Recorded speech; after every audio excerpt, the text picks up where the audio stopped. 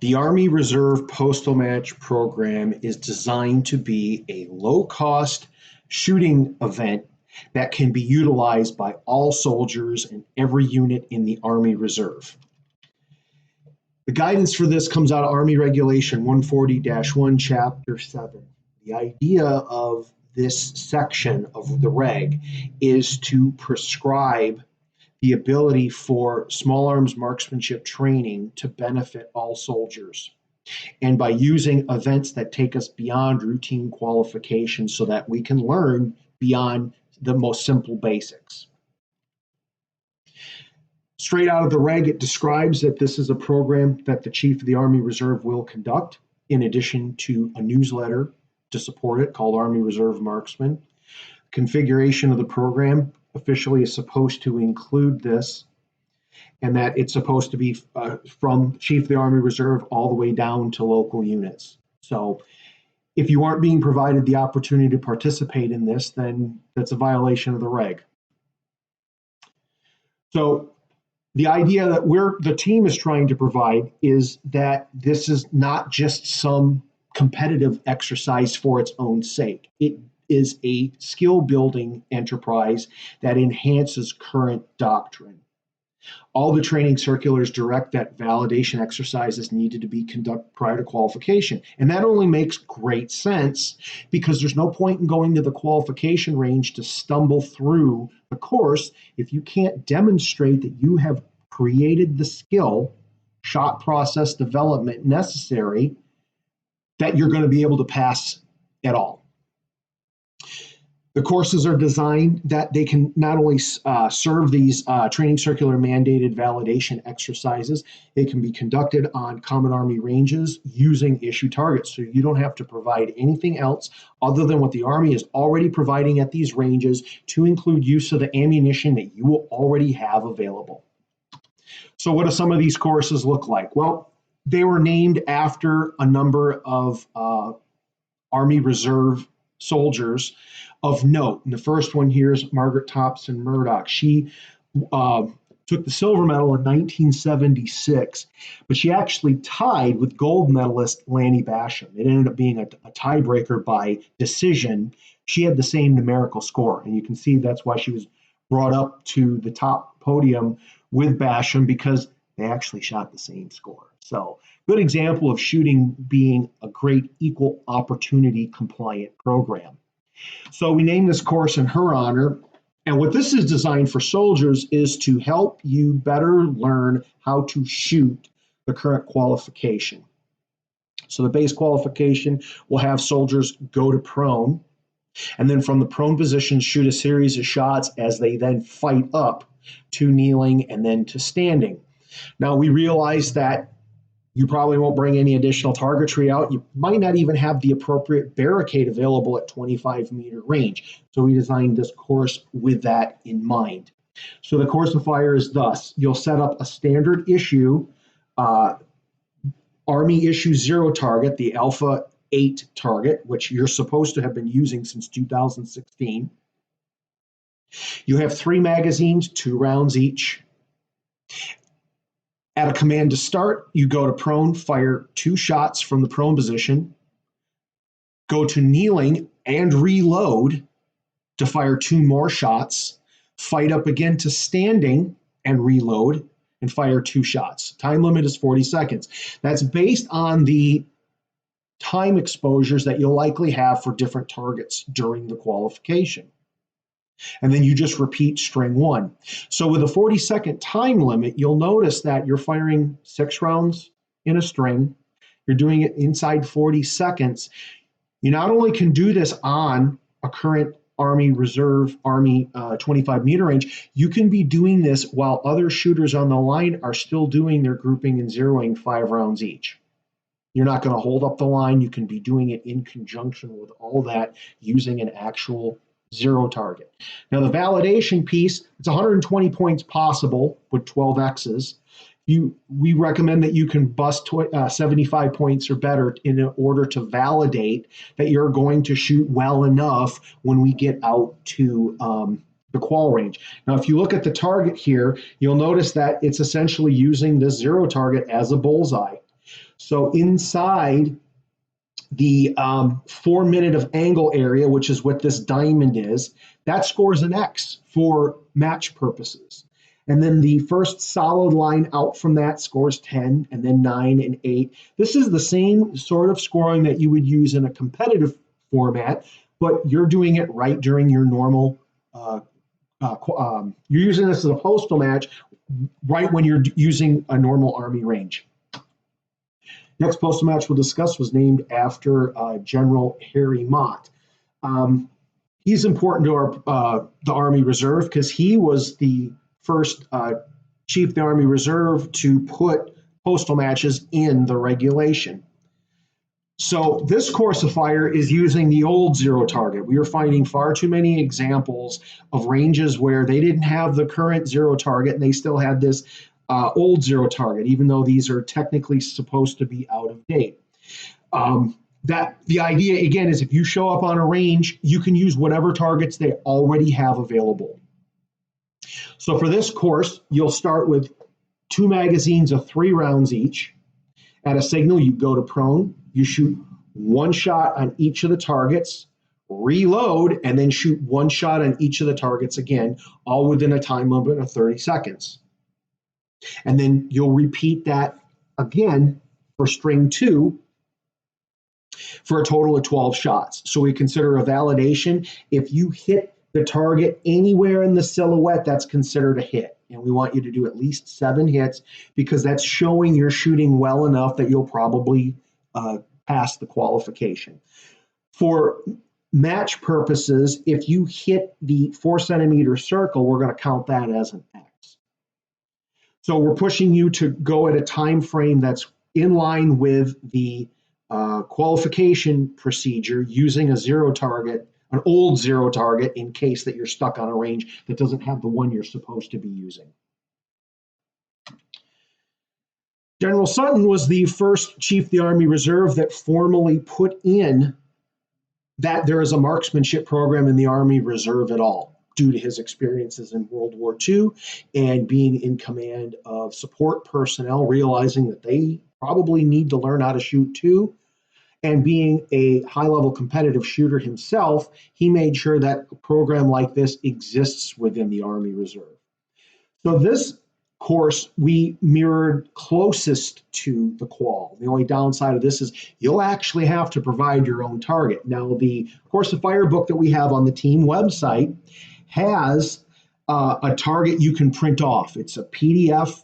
It will fit on any standard printer paper, 8.5 by 11 inch sheet of paper, and it's 1 sheet of paper per shooter. So not a big ask here, but you do have to actually remember to bring a target to shoot this particular course. And the reason we set that up is because it more closely mirrors the current qual. So you'll start with 3 magazines, 2 rounds each. Standing up, you go to prone, fire 1 shot on each target, 1 shot on each, reload, and then fight up to a kneeling position to shoot 1 shot on each target again, fight up to standing while reloading, and then 1 shot on each target again, all within a time limit of 30 seconds. You'll repeat string 1 for a total of 12 rounds. Now, it has scoring rings in it. Now, you're seeing the target tree is actually based on, this is right out of the training circular. So this is the 5-point hit, 4-point hit, and a 2-point hit when you score this for match purposes. But for a training circular validation, as long as you hit the silhouette somewhere, 8 out of 12, we'll call that a go and advance to the next exercise. The idea is that this is helping you shoot on the 25-meter range. You're doing it in 30 seconds. You don't even have to set the range up separate. You just paste your target up and shoot through this exercise on the range that's already there. If that's too much of an ask to actually bother to set something up as a validation, shoot the qual for record and send us your first record attempt. One of the things that we're interested in learning is how well are Army Reserve shooters tackling the qualifications in 3-20.40, especially for the rifle and the automatic rifle, because this course is different enough from what most soldiers are used to qualifying on. And we're interested in what the first record attempt is. How well are units preparing their soldiers to go to that course and shoot a score passing or better on their very first attempt? So if you shoot the qual by the book, send us your scores from everyone's first attempt. That's a postal match. You not only didn't have to set anything up separate, you just had to shoot the course you're already supposed to be doing. Send us in the scores, complete the public affairs form that's right on our team website, and thank you for participating, and we can include you in the aggregate for any other Army Reserve units that also choose to participate. So for handgun, we named this one after Horace Wayman Bivens. He was a very decorated soldier, having earned a Silver Star for his heroics at the Battle of Santiago de Cuba. He was basically a reserve soldier to Roosevelt's Rough Riders, which is where he earned his Silver Star. The pistol distinguished shot badge was set up after the rifleman distinguished badge was established. And when that the distinguished pistol shot badge was created, they backdated looking up competitors who had already won sponsored competitions to determine who should have been the first distinguished pistol shot and therefore the first double distinguished shooter. And it turns out that then Corporal, he ended up retiring as a captain, Bivens, was the first double distinguished shooter in American history. So yet another example of how shooting is a great equal opportunity program. So the Bivens postal match uses the current Army pistol validation. So this is a course that you're already supposed to be shooting by the book. As a validation course, before you go shoot the qual, we want to verify that you're actually shooting well enough that you're likely to pass. So this is how this training circular directed validation course works. You set up 5 zero targets. So this see why we went with this new zero target, because it's much more versatile than the old one. You set these 5 targets up for each shooter at 10 meters. You fire 4 shots at each one of these targets. The validation standard is you need to have at least 3 of the 4 shots inside this outer 8-inch ring. If you have at least 3 of the 4 shots inside this 8-inch circle, that target is considered a go. You need to have at least 4 of these targets scored as a go in order to pass the validation. Now, anyone that's actually a shooter is going to laugh at that, but that's what the Army says is good enough, because if you can do that, you're going to shoot well enough to pass the Army pistol qualification. So that's a level step to get to, and this is ensuring that you're going to be able to do that. But that's, of course, not very good shooting at all. So for match purposes, we use the same idea as we did with the previous rifle postal match, where this interior ring, which is 4 centimeters, is an X, and then the first solid line out scores a 10, and then a 9 and an 8. It's, in other words, you score the 20 rounds on these 5 separate targets as your postal match. You don't have to reshoot this or set up new targets. You determine if it's a validation or not, and then looking at the exact same set of targets, you just use these interior scoring rings and then count what the point count is. So how many X's did we get? How many 10s, how many 9s, etc., and then tally that all up for 20 shots, and that's your postal match score. So it's a possible 200 points with 20 X's. The machine gun postal match we just called the Cold Steel Challenge because the Army Reserve ran the Cold Steel as a way to improve crew-served shooting with machine guns. So this is another example of you don't need additional resources. You just shoot the prescribed qualification right out of the book. 10-meter and the transition course exactly as published. You just have to add in a little extra bit of record keeping in order to determine the postal match score. So here's how it works. First thing we need to define is what is a burst. So for this match, we define a burst as any distinct press and release of the trigger, regardless of the number of rounds fired. So if you can press and release off one shot, well, that is one burst. This happens to be a 1-round burst. If you hold the trigger down and let off 20 rounds before letting up the trigger, that's a 20-round burst, but it is also one burst. So regardless of the number of rounds fired, a distinct press and release of the trigger is a burst, one burst, regardless of number of shots. So when you go to score this postal match, first thing you do is you shoot the qual by the book, which means that you're engaging target area 5 through 6. You're supposed to shoot a 7-round burst at each of these pasters, each of these target areas, and you're supposed to have a 30-second time limit to do all that. 7 through 8, same idea. You have 8 areas, 8 pasters. You're supposed to shoot a 7-round burst on each one in a time limit of 45 seconds. You just do that exactly by the book. For postal match purposes, you're going to have someone who's keeping score for you to count how many bursts that you actually fired. Now, you're only supposed to shoot 5 bursts on this area and exactly 8 bursts on this area. If you press and release more bursts than that, we're going to keep track of it. And that's going to actually end up as a penalty for postal match purposes. So if you fire more than 5 bursts on this area or 8 bursts on this one, you get 5 points deducted every time that you do that.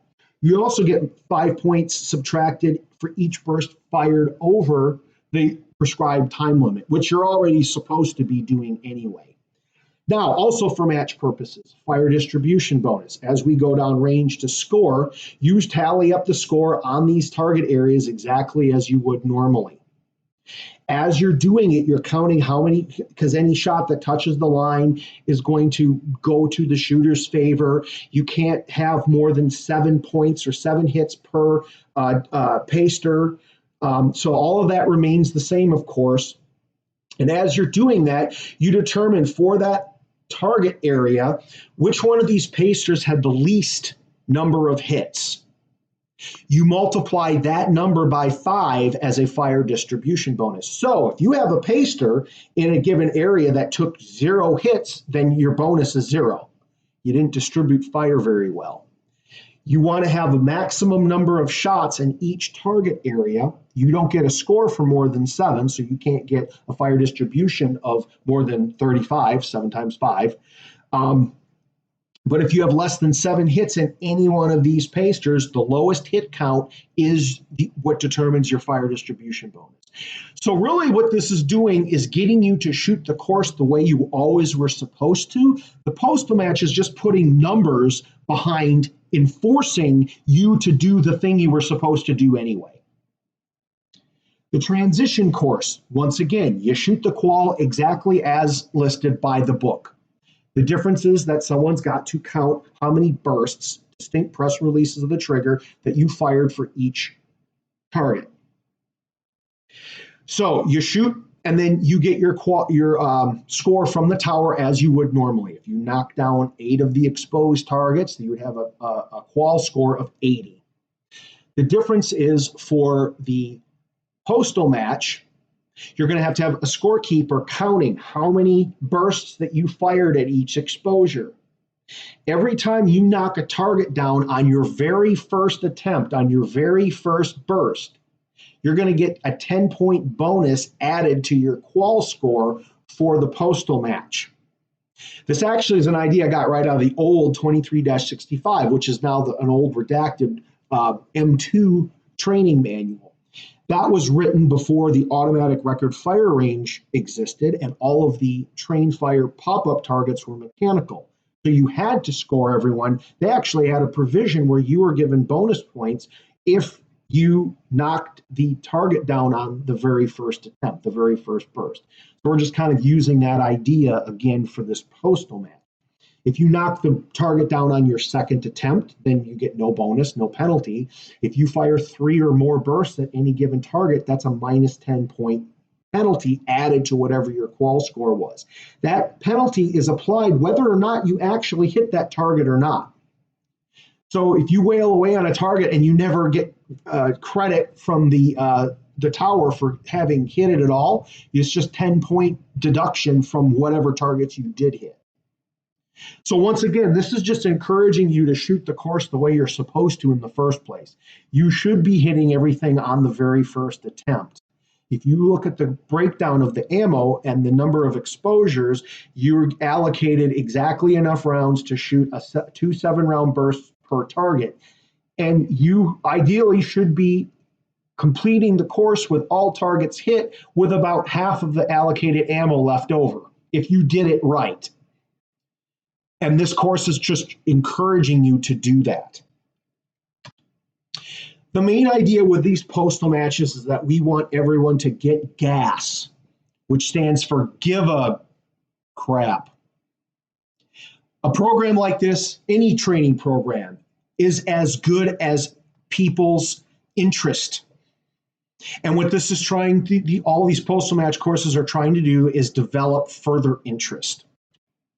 The idea of a tiered approach is that we start by learning what the current official standards are. Read the training circulars. Read what the current manuals say you're supposed to do. Postal match is just a way you can do this with your unit. We don't have to travel. We don't have to spend additional resources or money. This is just another way to enhance training further using existing resources. It's really a matter of if you care enough to do it. From there, you can look at local events, keeping scores, earning classifications, etc., and then possibly going to higher level shooting events. But you can start by just having something extra done with your unit during routine qualification. It's just a matter of how much you care. It's not a money problem. It's not a resource problem. You have to want to do better, and this is a tool to help you do that. We have additional information at armyreservemarksman.info and the official team site at usar.army.mil. We can enhance readiness and retention by using existing low-cost programs, but only if you know they exist and only if you care to bother. Thank you.